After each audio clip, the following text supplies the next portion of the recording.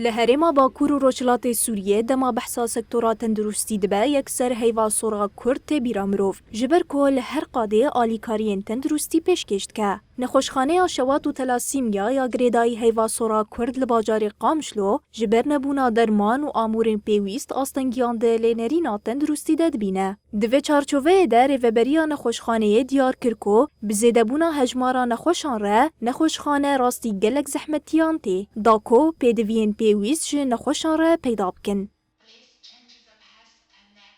دراسة الوضع الصحي في شمال شرق سوريا براستی پشتی لکولینه که بر فرح لسر روشا تندرستیال هریمامه مدید کوریجه که مزنج نخاشی ورمینی هیا لو ما ام وکه هیوا صور ما ارک برسرخا که ام نخاشخانه که طایبت جووان نخاشیان پیدا بکن اولی چونا مزن یا درمان کرنی لسرگل سفک بکن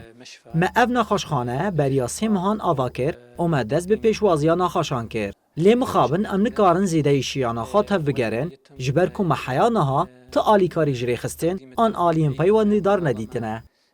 أو شخصيات اجتماعية لهذا المشفى. ریوبر نخوشخانه دبیجه او دمکانیز ده بشه تلاسیمیا لنخوشخانه وکن جبر ویه که بیوستی به دستک داینه هیا. طبعا وكما تعلمون قريبا سنقوم بافتتاح قسم التلاسيمية.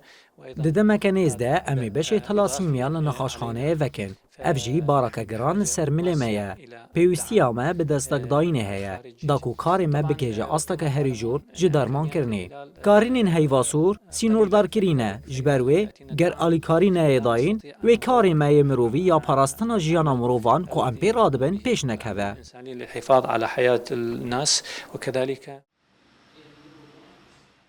نخوشخانه اونکولوژی شوتاندن تلاسیمیا یا هیواسور کرد بریا سه مهان لباجار قامشلو هاد وکرن بدو بشان هاد وکرن و پیشوازی کرن زیده یا خلکی لنخوشخانه تکرن